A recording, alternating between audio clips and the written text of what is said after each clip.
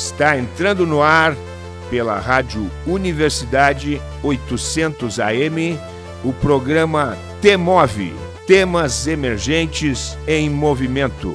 O que te move? Boa noite. Estamos começando mais um T-Move, Temas Emergentes em Movimento. Boa noite.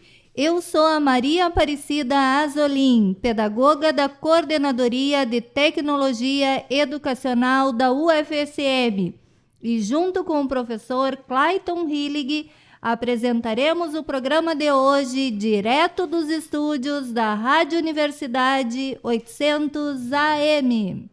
O programa T-Move, Temas Emergentes em Movimento, é um projeto da Coordenadoria de Tecnologia Educacional da UFSM, vinculada à Prograde, Pró-Reitoria de Graduação. Proporcionamos aqui um espaço de conversas e troca de ideias, através de entrevistas com os palestrantes do Temas Emergentes e outros convidados. Hoje, a nossa conversa é com o professor Marcos Rolim. Marcos Rolim é doutor e mestre em Sociologia pela Universidade Federal do Rio Grande do Sul, instituição onde também realizou seu pós-doutoramento em Sociologia. Especialista em Segurança Pública pela Universidade de Oxford, com graduação em Jornalismo pela Universidade Federal de Santa Maria. É professor do mestrado em Direitos Humanos da Uniriter e vice-diretor da Escola de Gestão e Controle do Tribunal de Contas do Estado do Rio Grande do Sul. É membro fundador do Fórum Brasileiro de Segurança Pública e do Instituto Cidade Segura. Membro da Assembleia Brasil, da Anistia Internacional e do Conselho da ONG Artigo 19. Exerceu mandatos como vereador, deputado federal, deputado estadual, tendo presidido comissões de direitos humanos da Assembleia Legislativa do Rio Grande do Sul e da Câmara dos Deputados. É autor, entre outros trabalhos, de A Síndrome da Rainha Vermelha, Policiamento e Segurança Pública no Século XXI, Desarmamento, Evidências Científicas, Bullying, O Pesadelo da Escola e A Formação de Jovens Violentos, estudos sobre a etiologia da violência extrema. Seja muito bem-vindo, professor Marcos Rolim. Obrigado, professor Clayton, obrigado, Maria Aparecida. É uma satisfação para mim estar com vocês aqui no programa, por vários motivos, não só pela atualidade dos temas que nós vamos conversar, mas também pelo fato de ser um programa da Rádio Universidade, instituição a quem eu devo muito, né? A minha primeira graduação foi na Federal de Santa Maria, eu sou um dos filhos da UFSM, né? E tenho ótimas recordações daquela época, embora nós vivêssemos num período muito difícil, né? Grande parte da minha formação aí se deu ainda durante a ditadura militar, enfim. Mas também nós criamos musculatura na defesa da democracia, na luta pelas liberdades.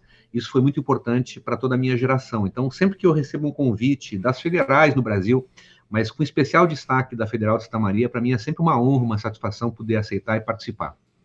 Foi presidente do nosso Diretório Central de Estudantes, se não me engano, né, professor? Eu não fui presidente, assim, o cargo eu nunca ocupei, né? Eu fui secretário-geral do DCE, fui vice-presidente da União Estadual dos Estudantes, então tive algumas atividades muito de ponta no movimento estudantil naquela época.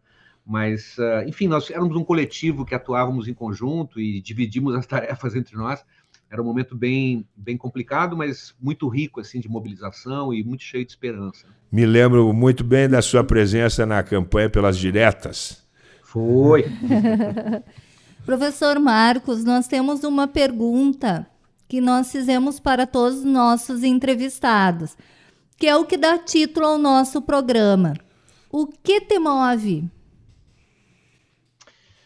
Eu acho que o que me move, Maria Aparecida, é a noção de um dever moral. Eu acho que isso é a questão mais importante na minha vida, assim, né?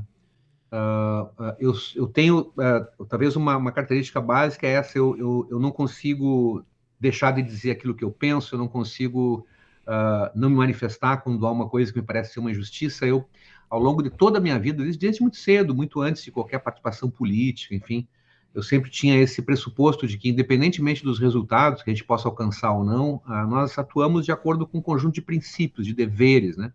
E esse dever me anima. E esse dever tem muito a ver com a ideia dos direitos humanos. A ideia dos direitos humanos é, de fato, uma ideia que embala, digamos assim, a minha esperança maior, porque a plataforma dos direitos humanos é a plataforma mais generosa que a humanidade já construiu. Ela nos dá uma definição, não a respeito de como vamos alcançar a dignidade para todos, mas nos dá o limite daquilo que nós não podemos aceitar, né? E sempre que eu vejo que os direitos humanos são violados, são desrespeitados, isso me mobiliza como se fosse assim me ligar numa tomada, sabe? Eu fico muito, não importa assim o cansaço que eu esteja sentindo, não importa nem mais a minha idade, porque eu pensei que depois de um certo tempo eu já não ia ter mais o pique assim, mas não mudou nada. Eu continuo militando do mesmo jeito como militava quando tinha 18 anos. Professor, jornalista, doutor, deputado, presidente da comissão. Quem é Marcos Rolim? Essa é uma pergunta que eu me faço às vezes também, sabe? Às vezes eu reúno assim em Assembleia Geral os meus vários eus, né? E aí eu fico perguntando, porque você sabe que o pensamento, ele é essa capacidade que nós temos, nós os seres humanos temos, né? De nos fazer perguntas a nós mesmos, né? Quem pensa é quem faz pergunta a si próprio, porque para isso é preciso ter dúvida. Quem nunca teve dúvida, quem não tem dúvida, não pensa na verdade, né? Então eu sempre lastimo muito assim quando encontro pessoas assim cheias de certezas, né? A gente está vendo muito isso no Brasil hoje, um monte de gente assim que está, digamos, foi invadida, foi tomada por certezas, né? Que são irredutíveis, né? Eu já tive muitas certezas quando eu era mais jovem. Eu acho que a juventude talvez seja esse momento da vida onde a gente é invadido por certezas, né?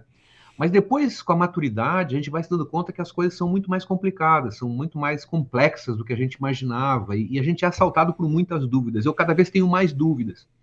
Então, às vezes eu fico perguntando assim, claro, eu sou um ativista dos direitos humanos, eu sou um militante dos direitos humanos, acho que talvez seja a definição mais importante, mas eu sou também um acadêmico, eu sou um pesquisador, eu sou pai de 2 filhas maravilhosas, eu sou esposo de uma mulher maravilhosa, eu sou amigo dos meus amigos, eu sou uma série de coisas. Todos nós somos essa multidão, né? Nós somos essa multidão. Somos uma transformação também permanente, né? Então, quando a gente pensa sobre nós mesmos, quem nós somos, a gente precisa identificar esse fio, essa continuidade que nos marca como indivíduo, porque eu não sou o mesmo que era há 20 anos atrás, há 10 anos atrás, vocês não são, nenhum de nós é, né? Mas então, o que nos permite essa identidade? Eu acho que talvez seja essa ideia de um valor moral, né, que eu falei antes, né? Essa ideia assim de... Eu sou, de alguma forma, bastante previsível, ao contrário de muitos militantes e ativistas e membros políticos, né, que a gente nunca sabe, assim, para onde é que eles vão sair, né? As pessoas que me conhecem sabem bem direitinho o que eu vou sustentar, porque eu trabalho com princípios, né? Isso é uma desvantagem na política, inclusive, né? Talvez explique algumas coisas aí da minha história. Interessante.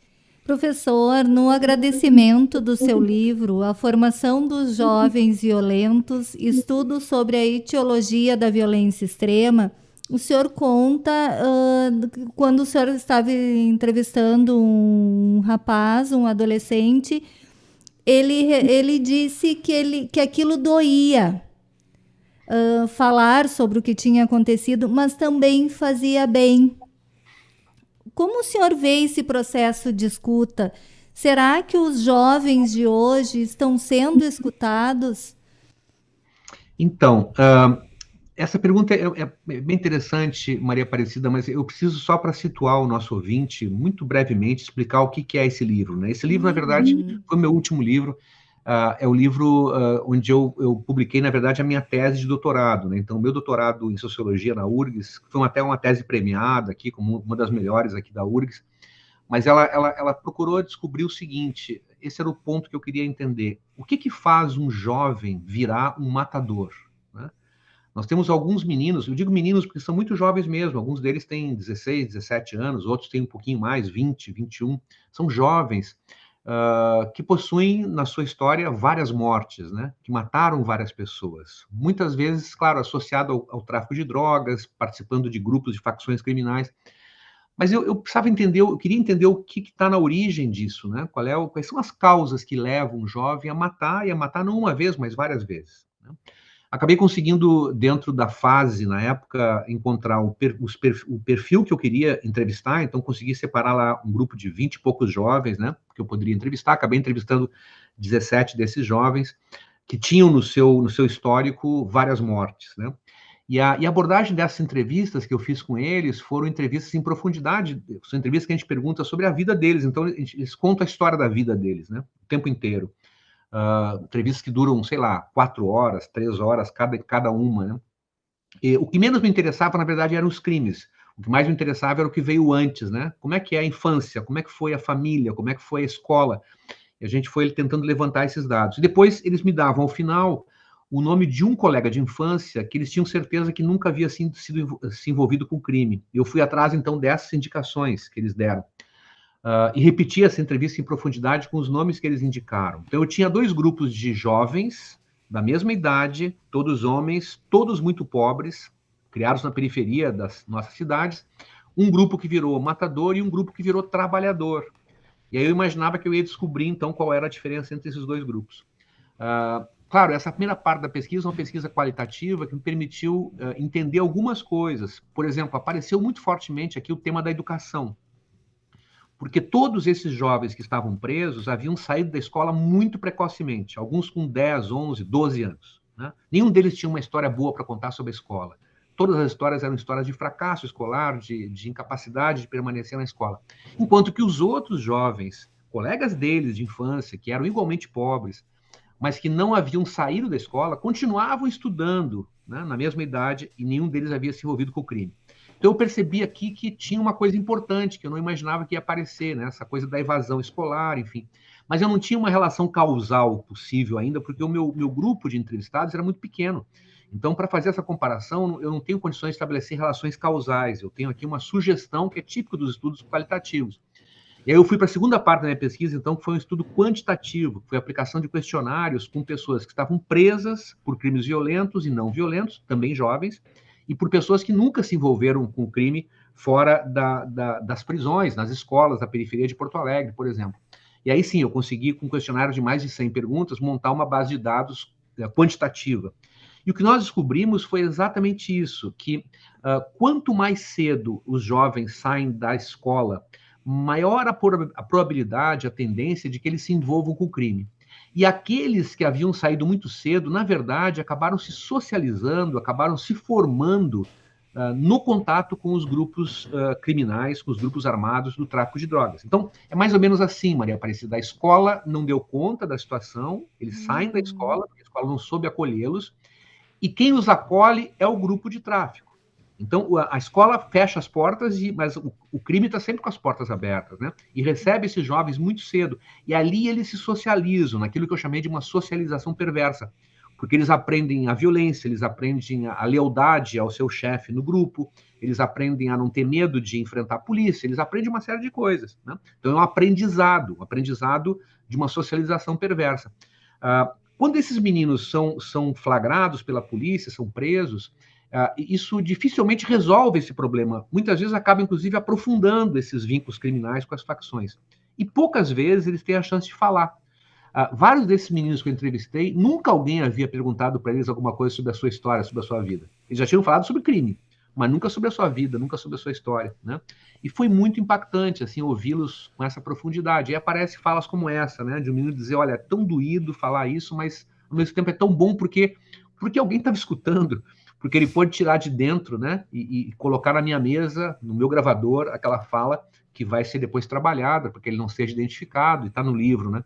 Então são coisas muito, assim, impressionantes de um certo isolamento que esses jovens acabam vivendo quando se associam a grupos criminais. Eles são valorizados ali, mas perdem completamente o contato com o conjunto da sociedade, né? Interessante. Provavelmente esse adolescente foi a primeira vez que foi realmente escutado, foi visto. Vários deles me diziam isso, Maria Aparecida. E mais, não é só o problema da escuta, mas é também assim, como é que eu construo uma ecologia, quer dizer, um espaço de entrevista que seja acolhedor. Não a ecologia do medo, como eu chamo, né? Quando eu entrei na fase para entrevistar esses meninos, por exemplo, me deram uma sala, que é a sala da Defensoria Pública, onde a Defensoria Pública faz as escutas, né, dos adolescentes, e a sala tinha uma estrutura que era a seguinte: a gente entrava pela porta e o adolescente tinha que ficar no lado oposto da porta, voltado para a janela, e a pessoa que atende ficava voltado para a porta. Nossa. Mas essa não é a estrutura de qualquer espaço, né? Num escritório, de um consultório. Quem vai atender tá no outro lado, né? Mas por quê? Porque a ideia era o seguinte: se houvesse algum risco, quem estava ouvindo corria para a porta e fugia, né? E os adolescentes, eles são ouvidos, muitas vezes, inclusive, na frente de operadores do direito, algemados. Então, eles eram trazidos para a escuta comigo, algemados. A primeira coisa que eu pedia para o segurança era que tirasse as algemas. Aí, a primeira vez que eu pedi para tirá-la, por favor, senhor, tire a algema, porque ele estava algemado para trás, com as mãos para trás. Imagina, ele vai sentar numa cadeira para ficar 4 horas conversando comigo, algemado para trás, com as mãos. Isso é uma posição muito dolorida, desconfortável. O senhor pode tirar a algema, eu pedia, né? E aí, a primeira vez que eu pedi, o servidor lá, o monitor da fase, disse: não, eu não posso por questões de segurança. Eu digo: bom, se o senhor não tirar a algema, não vai rolar a entrevista. Eu não vou fazer entrevista. E vou relatar que eu não fiz entrevista porque o senhor não tirou as algemas. Porque eu sei que não tem norma para algemar, entendeu? Isso é uma praxe, né? E como eu tinha autorização judicial para fazer a pesquisa, então ele sabia que ele ia se complicar. Ele pensou um pouquinho e tirou a algema. Quando tira a algema e eu inverto a ordem da sala, quer dizer, eu sento no lugar onde eu devo sentar, o menino fica do lado da porta, né? Ele está numa cadeira, que é a melhor cadeira, não a pior, porque eu troquei as cadeiras também. Ele percebe o seguinte: pô, esse cara não tá com medo de mim, né? Eu não tenho por que temer esse cara. Eu posso confiar nele. Tanto que eu pedi: vocês podem gravar, todos autorizaram gravar, né? Porque eles confiaram imediatamente, né? Às vezes tem instituições, Maria Aparecida, onde alguém vai ouvir, por exemplo, um psicólogo, um juiz, uma promotora, sei lá, vai ouvir um preso. Aí bota um guarda do lado, entendeu? Mas que cabeça as pessoas têm, entendeu? Elas acham que alguém vai falar alguma coisa com um agente penitenciário do lado, ou com um guarda do lado. Depois a pessoa que está entrevistando vai embora, mas o cara fica ali, entendeu? Sim. É claro que ele não vai falar. Mas por que as pessoas têm essa história? Por medo, elas acham que estão ameaçadas, quando, na verdade, quando a gente está dentro de uma prisão, talvez dentro de uma prisão seja um lugar muito mais seguro do que fora, entendeu? Onde os riscos que a gente corre talvez sejam muito menores, mas enfim.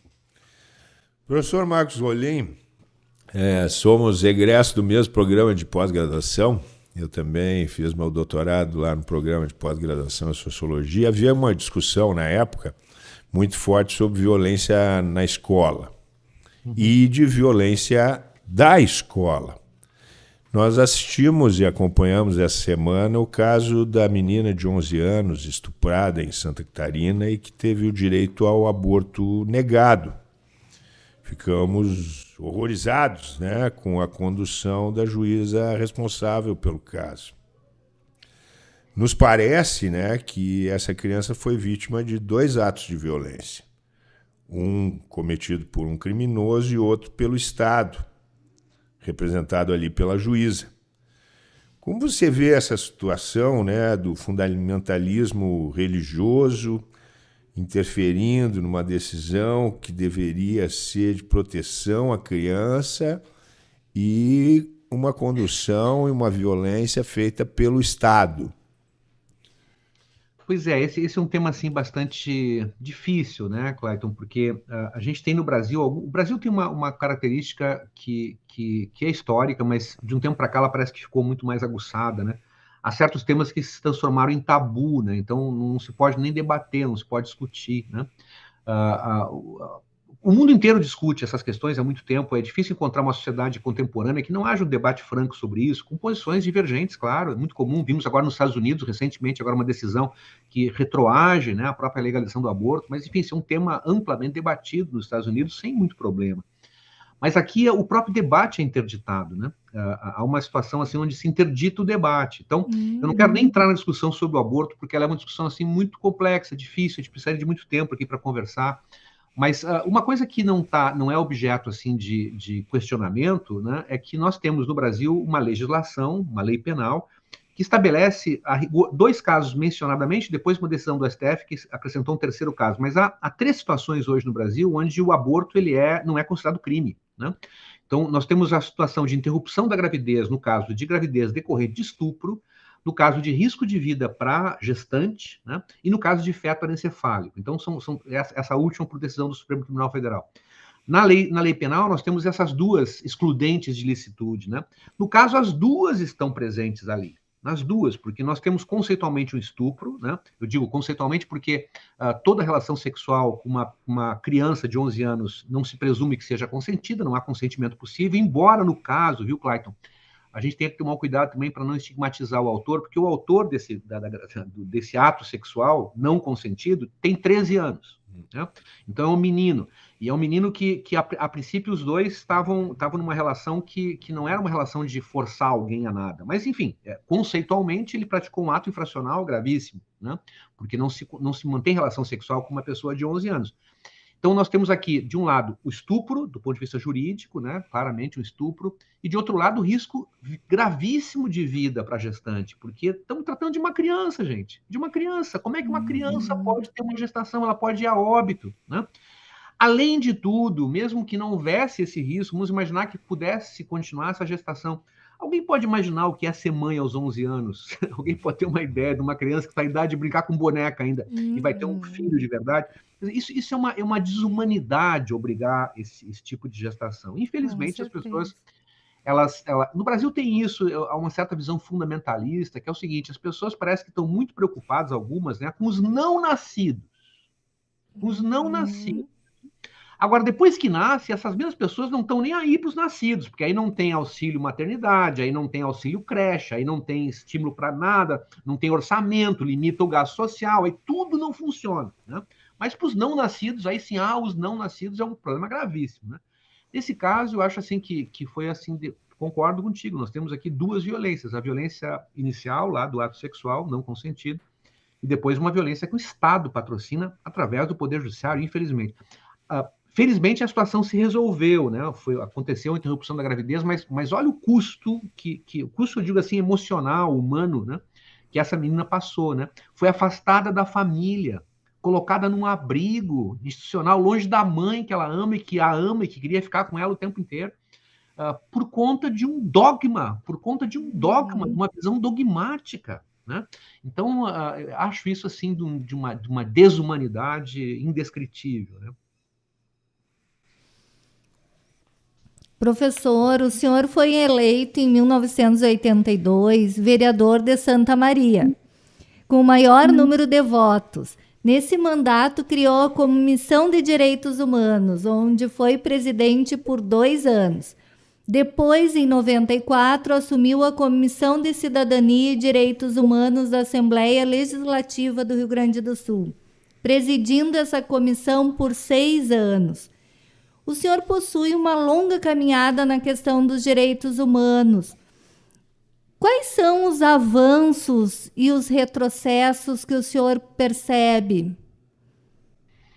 Só para acrescentar, e depois disso aí, dos 6 anos na presidência da Comissão da Assembleia, eu fui presidente da Comissão da Câmara dos Deputados no ano de 2000. Então, na verdade, eu tive a experiência de presidir comissões de direitos humanos nos 3 âmbitos legislativos, no município, no estado e na União, né? Foi uma experiência bastante enriquecedora para mim, assim. Primeiro, deixa eu fazer uma rápida homenagem, Maria Aparecida, a uma pessoa que foi muito importante na minha trajetória, e que é muito conhecida em Santa Maria, que foi a avó Diná, né? A avó Diná foi uma pessoa muito dedicada, assim, aos presos aí na cidade. Foi uma pessoa assim que levava aquela coisa da assistência aos presos e está sempre preocupada, é uma pessoa muito católica, né? E quando eu era vereador, eu era menino muito jovem, e foi ela que um dia entrou lá na Câmara de Vereadores para falar comigo, porque eu havia formado a Comissão de Direitos Humanos, e ela ficou sabendo pela imprensa que tinha uma Comissão de Direitos Humanos, né? E foi até lá me dizer que tinha vindo, daquele momento do presídio, ela fazia visitas sistemáticas ao presídio para levar alimentos e coisas para os presos, enfim, e tinha encontrado 2 presos muito machucados, né, numa cela, e que tinham sido barbaramente torturados. Então ela me trouxe essa denúncia. E eu, quando recebo essa denúncia, eu digo, caramba, eu tenho que ir lá ver o que está acontecendo. A minha obrigação é essa. Como eu sou vereador, eu posso ir, então eu vou lá, né, vou até lá. Eu nunca tinha entrado num presídio. E eu só fui até lá porque a avó Diná me trouxe essa denúncia, né? E depois dessa ida, nunca mais deixei de entrar em presídios. Faz mais de 30 anos que eu continuo entrando e saindo de presídio, fazendo inspeções, etc. Mas eu confirmei o que ela havia dito, havia 2 pessoas que tinham sido muito fortemente machucadas, torturadas, enfim, e fiz a denúncia, que teve uma grande repercussão aí na cidade. Então, quero fazer esse registro de como algumas coisas que são assim muito por acaso, né, acontecem totalmente de forma casual, acabam tendo uma grande influência na nossa vida, né? O que eu posso te dizer, Maria Aparecida? Eu acho que a gente teve ao longo desses últimos 30 anos avanços muito importantes com relação aos direitos humanos, que a gente não pode menosprezar, especialmente nós, os mais velhos. No meu caso, eu que vivi, por exemplo, ainda na ditadura militar, né, que acompanhei a época da ditadura quando era jovem. Caramba, a gente pensar que há pouco mais de 30 anos atrás no Brasil as pessoas podiam ser presas, né, e desaparecer do teu convívio. Eu tive pessoas que desapareceram do meu convívio, pessoas que eram presas e eram torturadas, e, enfim, não havia aonde se queixar. A vivência, eu me lembro muito assim, a vivência diante do medo constante, né? O medo constante da prisão por perseguição política, o medo de ser banido no mercado de trabalho, não conseguir trabalhar por conta de uma posição política crítica ao governo. Isso é uma coisa assim muito forte naquela época. E isso nós conseguimos superar. O Brasil construiu um Estado democrático de direito que tem muitas limitações, que tem muitos defeitos, mas a gente avançou bastante, avançou no reconhecimento de direitos. Temos uma Carta Constitucional que é um modelo muito importante para o Brasil, que assegura uma diretriz a respeito do futuro que nós queremos construir. Nós conseguimos aprovar legislações que são muito avançadas, né, e que hoje estão sob ameaça, mais uma vez, né, estão sendo ameaçadas constantemente assim, por esse avanço neofascista que vem marcando a realidade brasileira. Mas, enfim, o Brasil avançou bastante em comparação com a sua história. Agora, é claro que esses avanços são totalmente insuficientes, né? Há muita coisa para se avançar no Brasil, há muitas reformas a serem feitas, né? E há muitas garantias que nós precisamos construir na área dos direitos humanos para todos nós, né? Qualquer área que a gente olhe hoje, nós temos déficits muito sérios de direitos humanos, né? Se a gente olhar hoje para o funcionamento do Estado, nós temos problema. O nosso Estado, o poder público brasileiro, ele é muitas vezes insensível ao drama vivido pelas pessoas que estão excluídas, né? É um Estado que muitas vezes reproduz a própria desigualdade, que reproduz preconceitos e privilégios, né? Então temos um problema da ordem pública importante. Nós temos uma realidade assim brutal de violência contra a mulher no Brasil.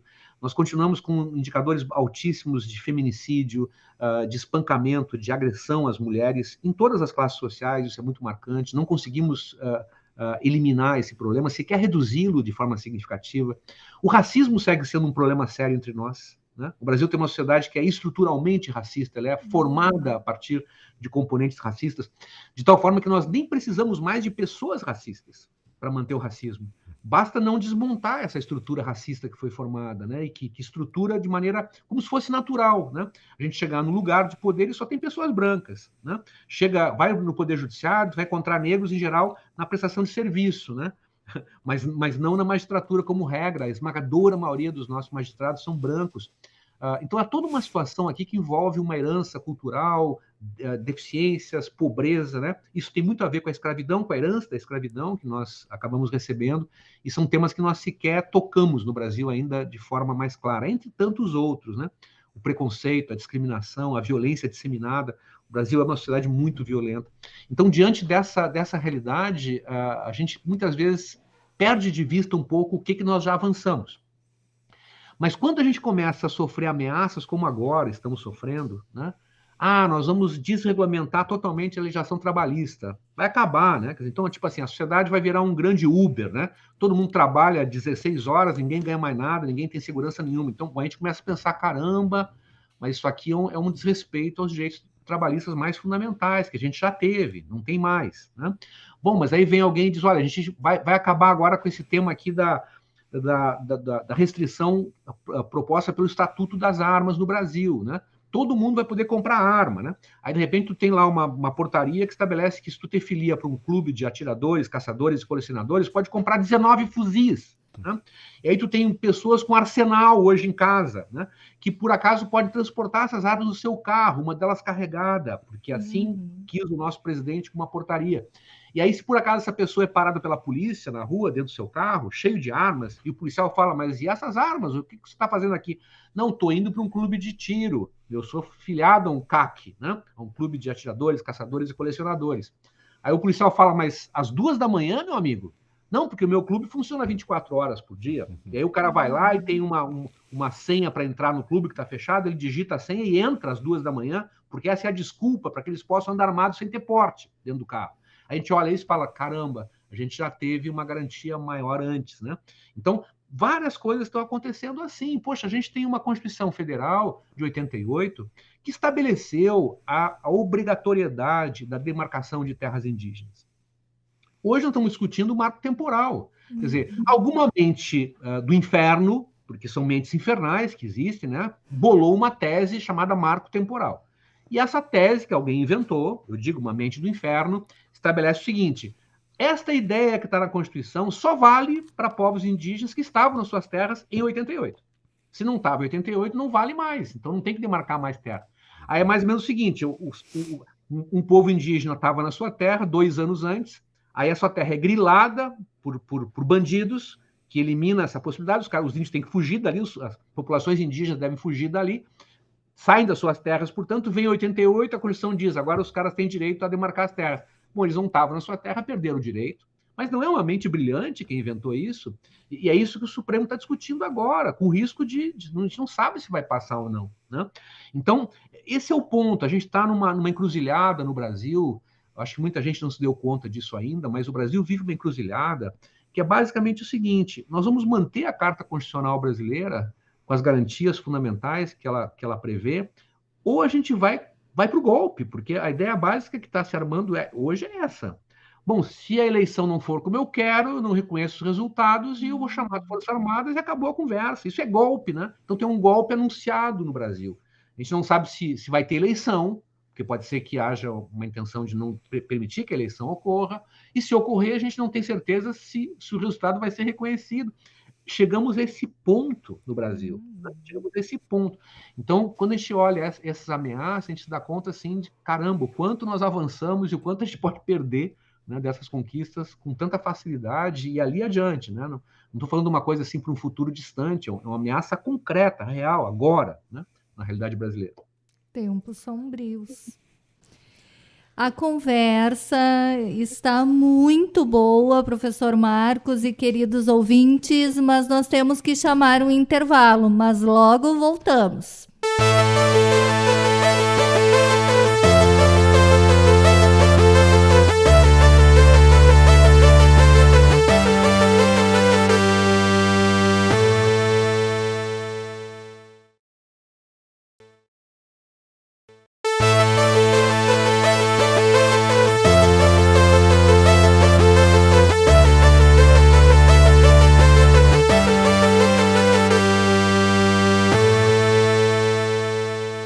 Estamos de volta com o TMOV.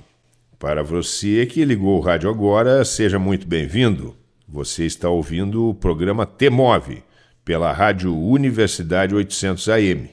Hoje com a presença do professor Dr. Marcos Rolim. O TMOV é um programa de conversas e trocas de ideias através de entrevistas semanais com os nossos convidados. Trataremos sempre assuntos sugeridos pelos parceiros dos temas emergentes. Professor Marcos Rolim, gostaria de retomar um pouco esse tema do retrocesso, né? Temos visto esse ressurgimento dessas ondas conservadoras, de um neofascismo, né? Temos isso como um fenômeno mundial e também de forma muito aguçada aqui no Brasil, né? O Boaventura de Souza Santos diz que nós vivemos num país politicamente democrático e socialmente fascista. De que maneira a sociedade intervém nesse processo e lida com esses retrocessos? Pois é, essa é uma questão também muito desafiadora, né, Clayton? A gente olha para a realidade brasileira e a primeira grande pergunta, assim, que para mim, por exemplo, é muito instigante, por que a grande maioria não se revolta, né? Por que a grande maioria das pessoas que hoje vive numa situação desesperadora, essa é a realidade, né? Estou falando assim da pobreza, da exclusão. O Brasil voltou para o mapa da fome, né?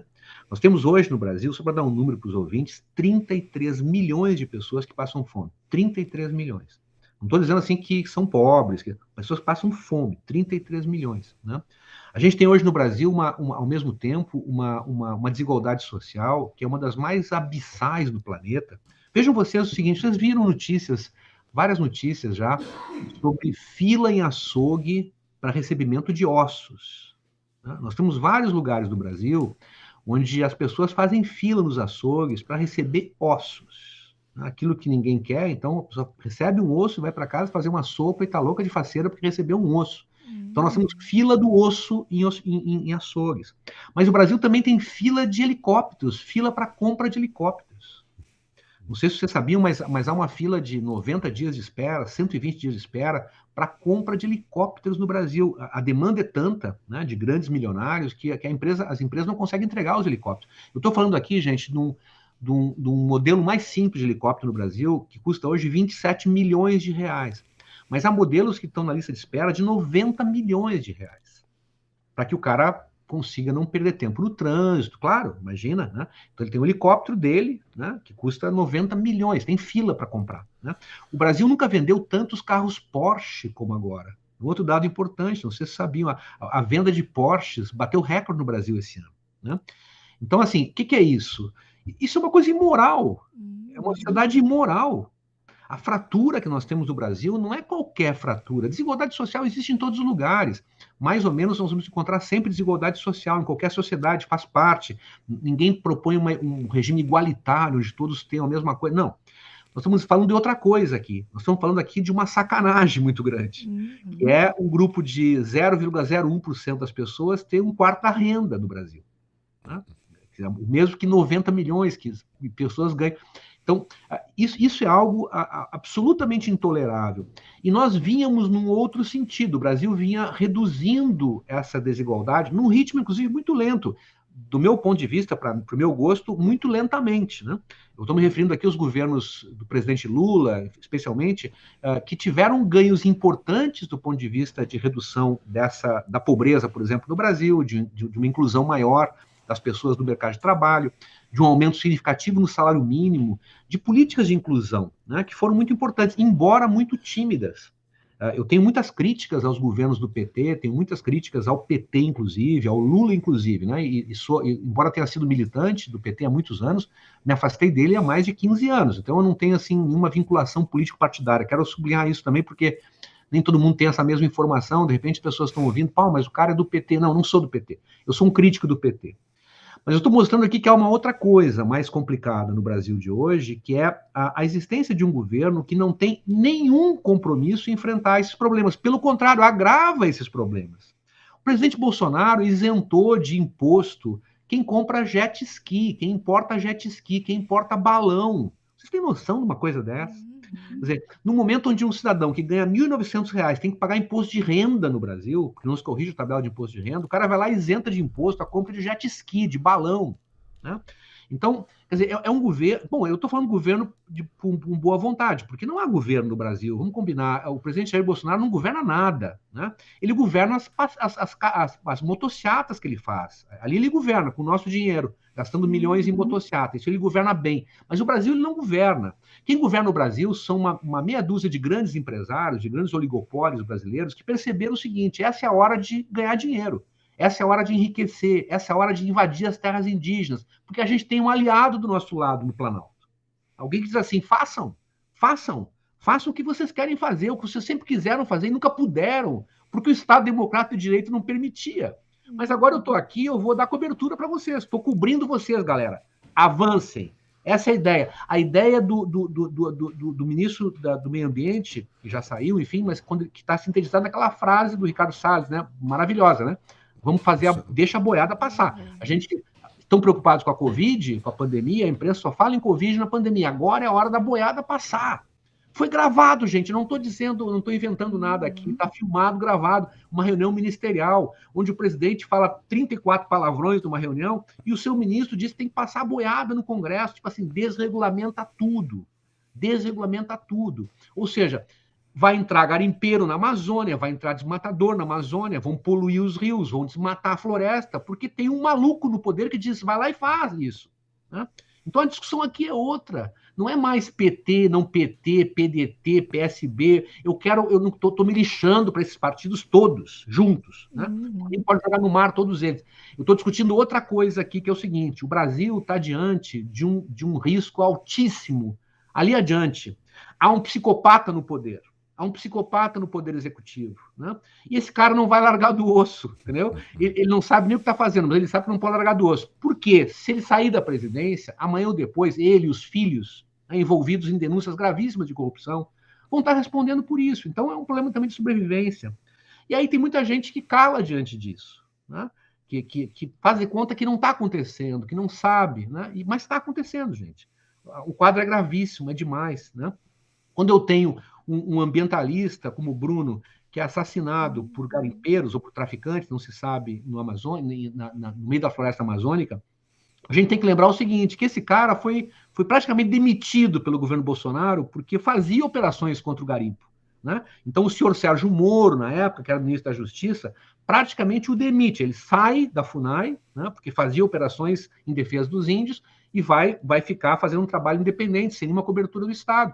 Porque é o que está acontecendo hoje, né, gente? Qualquer funcionário público hoje no Brasil, funcionário federal, enfim, que cumpre a lei, que vai atrás da sua obrigação, acaba se complicando com o governo. Porque esse é um governo que não tem nenhum compromisso com os valores da Constituição. Né? Então, aqui uma questão que eu acho central assim, para a gente se perguntar como se mobiliza contra isso, né? Como que as pessoas podem se organizar contra isso. Nessa altura, eu acho que a questão fundamental é de fato, despolitizar, despartidarizar essa discussão e pensar o seguinte, é preciso barrar isso, é preciso mudar esse quadro. Né? Nós temos que encontrar uma saída. E a saída não vai ser simples de ser encontrada, porque, como eu disse, a gente não está lidando com um adversário qualquer. Eu quero dizer para vocês, me permito assim, só dar esse relato, eu fui colega do Jair Bolsonaro como deputado federal. Eu tive esse desprazer de, durante 4 anos, conviver próximo dele, porque eu tive um mandato como deputado federal, quando eu estava lá, ele já estava no 5º ou 6º mandato, então já era uma coisa, já era muito antigo lá. Na época, ninguém dava bola para ele, porque a gente percebia, quando eu digo a gente, eu digo assim, todos os partidos na época, inclusive o partido dele, todos, né, diziam assim, bom, esse sujeito é um sujeito meio maluco, é uma pessoa que não deve se dar muita importância, então é bom quando ele falar, a gente nem responde, deixa falar sozinho, porque se responde vai dar polêmica, então deixa ele no canto dele, né? Eu vivi pessoalmente situações muito complicadas na Comissão de Direitos Humanos, porque eu fui presidente da comissão em 2020, e Jair Bolsonaro sempre foi membro das comissões de direitos humanos. E ele escolhia ser membro da comissão porque ele queria ir lá para provocar a gente. Né? Só isso que ele fazia, ir lá para provocar. E a gente tinha esse acordo entre todos os partidos. Então, quando ele falar, ele tinha direito de falar, ele falava e ninguém retrucava, a gente seguia a nossa conversa, porque senão ele desviava completamente o rumo da discussão. Né? E um dia, essa história eu quero contar para vocês, eu recebi uma denúncia do Conselho Indigenista Missionário, que é uma organização muito séria de proteção dos índios, ligada à Igreja Católica, enfim. Eles trouxeram até a Comissão de Direitos Humanos a denúncia de que índias Yanomami estavam sendo vítimas de estupro, de violência sexual por soldados brasileiros, quase na fronteira com a Venezuela, uma base militar lá, né?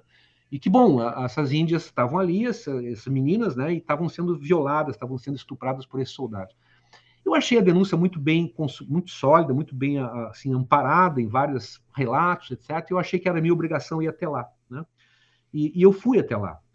Consegui, na época, a FUNAI, na época, o Davi Kopenawa, que é hoje um nome muito conhecido, é uma das lideranças mundiais mais respeitadas dos povos indígenas no mundo, né? O Davi Yanomami, Davi Kopenawa, era funcionário da FUNAI, então ele vai comigo, né? Como ele é Yanomami, ele vai comigo para servir de intérprete. Vamos só nós dois. Então, até Rio Branco, dali pegamos um pequeno aviãozinho bimotor para atravessar a floresta, 4 horas de viagem sobre a Amazônia para chegar nessa base, né? E depois caminhar um tanto para encontrar lá um local onde estavam as ocas, enfim, de uma tribo Yanomami. Bom, conseguimos conversar com as mulheres, com várias delas, né? Vimos a situação, relataram a situação toda, eu transformo isso num relatório que eu entrego, então, na Comissão de Direitos Humanos, que é aprovado pela Comissão de Direitos Humanos, um relatório denunciando, então, a realidade de abusos sexuais contra índias brasileiras por conta dessa presença de soldados naquele posto avançado na fronteira com a Venezuela. Muito bem, na época, quando eu faço o relatório, eu me dei conta, o presidente era Fernando Henrique Cardoso, e eu pensei, isso aqui não vai dar repercussão, a imprensa não vai se interessar por isso, o risco de todo esse esforço dar em nada é muito grande. Mas eu pensei, eu tenho que achar uma forma de dar repercussão maior, e a ideia foi traduzir o relatório para o inglês e mandar para o mundo inteiro. Eu fiz isso.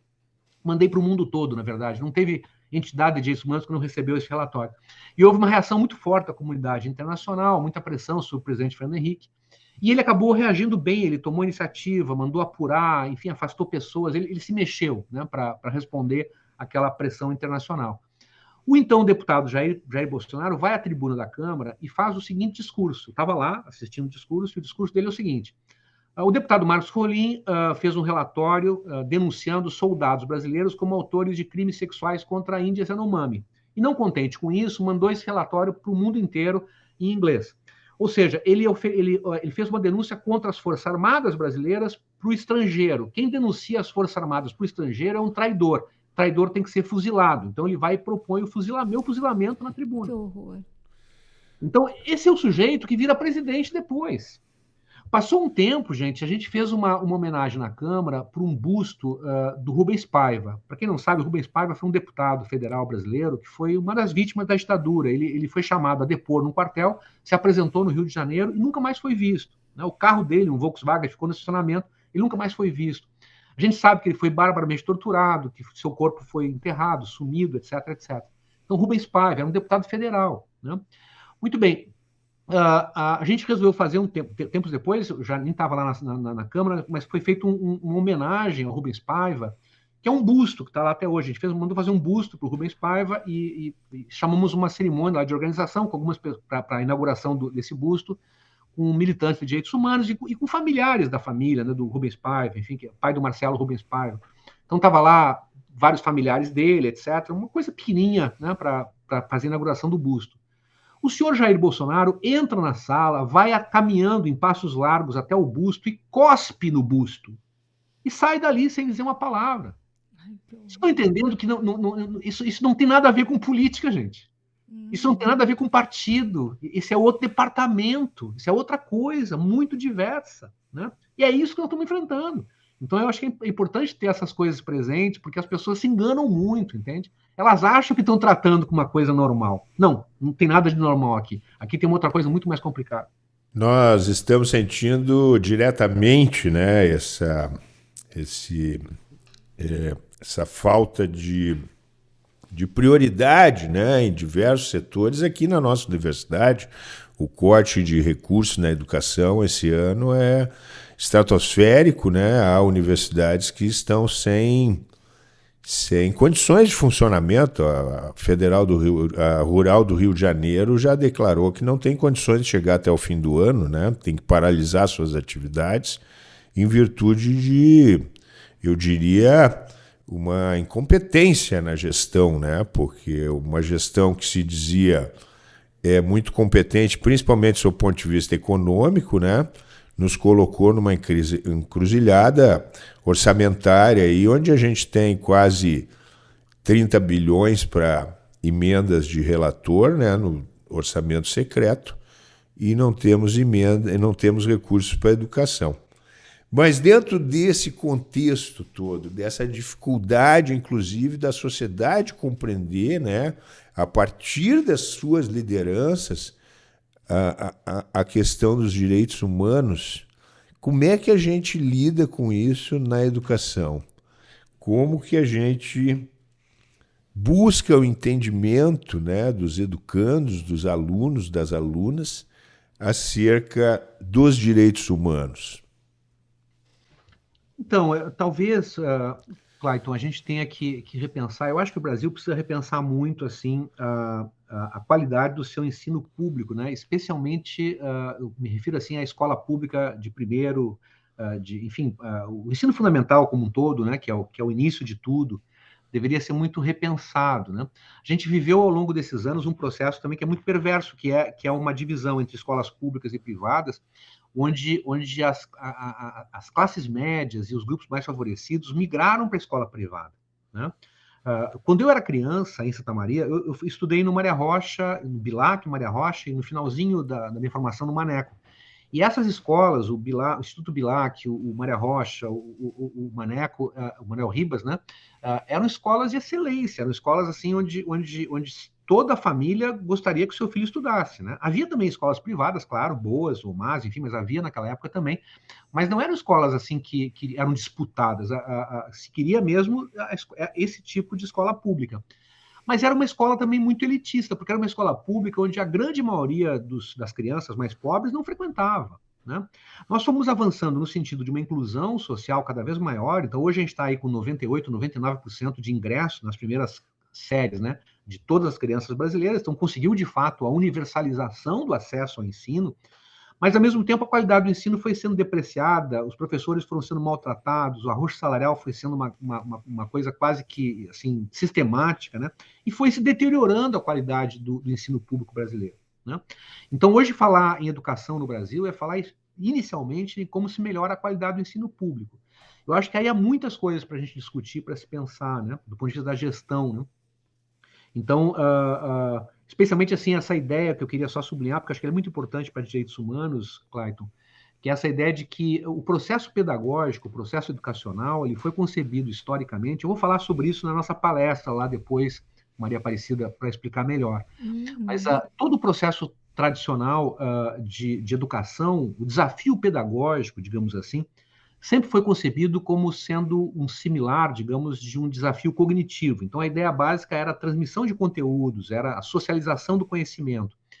E hoje nós sabemos, por muitas evidências em pesquisas de vários campos, né, não só da pedagogia, mas da psicopedagogia, da neurologia, de muitas outras áreas, de que o desafio pedagógico envolve também competências socioemocionais.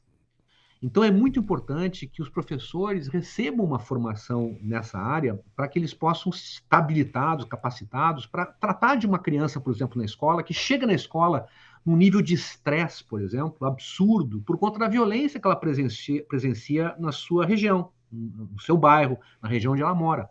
Você imagina o que é uma criança de 9 anos sair de casa, ela tem uma prova para fazer, né? E ela, ao sair da sua casa, tem um cadáver na esquina da casa dela. Ela conhece o cadáver, sabe quem é a pessoa que foi morta, né? Essa criança chega na escola num nível de estresse absurdo. Ela não vai ter um bom desempenho, ela não vai conseguir se concentrar na prova. Então, há uma série de questões que envolvem técnicas de desestressamento, de acolhimento, né? De estímulo a certas capacidades socioemocionais, como, por exemplo, a capacidade de concentração, o desenvolvimento da empatia, né? O controle da impulsividade. Tudo isso é um desafio pedagógico também.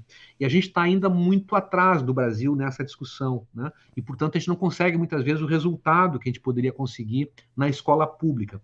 Então, eu diria assim que esse é um dos temas que a gente devia estar discutindo no Brasil hoje, né? Qualquer político correto, qualquer pessoa com o mínimo de decência estaria discutindo educação. Mas na área da educação, a gente está discutindo o que hoje, Clayton?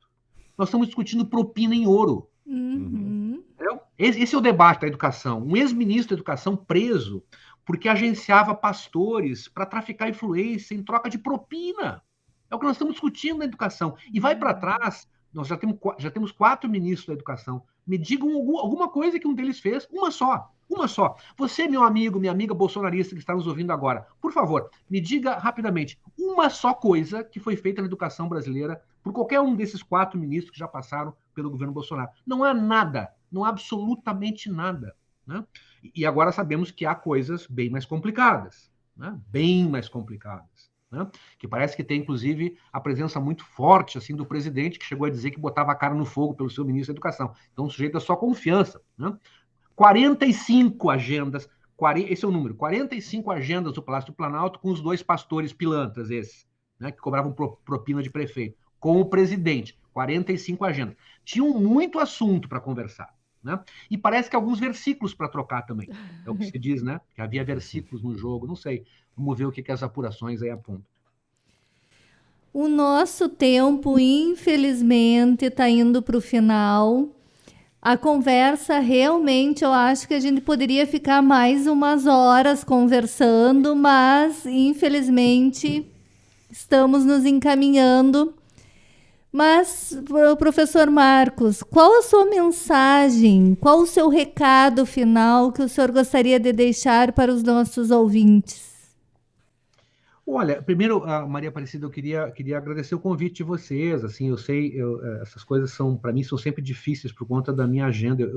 Eu trabalho em 3 turnos, então eu sei que é difícil atender muitas vezes esse tipo de convite. Mas repito, estou muito feliz assim de poder participar do programa de vocês na Rádio Universidade, nessa instituição que é tão importante na minha vida. Os nossos ouvintes que suportaram até agora, que acompanharam até agora nossa conversa aqui, eu queria deixar um grande abraço aos meus amigos, às minhas amigas, pessoas que eu tenho no coração, muita gente em Santa Maria que é muito querida, e aqueles que eu não conheço também deixar aqui a minha saudação. Eu acho que a gente tem tudo, gente, essa é uma mensagem de esperança, assim, a gente tem tudo, mas tudo mesmo no Brasil para construir um grande país. A gente tem características que são raras no mundo, nós temos um povo que é muito trabalhador, a gente tem gente muito bacana, né? Nós temos cientistas no Brasil que estão produzindo assim em escala de ponta, mesmo sem verba, com toda a dificuldade. O que se faz nas nossas universidades é uma coisa assim emocionante, elogiável. Eu sou professor universitário numa universidade privada, é verdade, mas eu vejo assim o dia a dia esse milagre da educação, né? Quando a gente recebe, por exemplo, hoje à tarde, eu tive 5 bancas hoje à tarde. A gente vê pessoas que vêm assim da situação mais difícil, pessoas muito pobres. A primeira pessoa da família que chega na universidade, uma menina negra, por exemplo, que apresenta um trabalho e eu vejo o trabalho dessa menina e digo, meu Deus do céu, esse trabalho é maravilhoso, um trabalho assim de profundidade. Tá lá o pai dela na banca, tá a avó dela na banca, pessoas humildes estão dizendo, minha filha está se formando em direito e vai publicar um trabalho, vai publicar numa revista científica, um trabalho sensacional de pesquisa.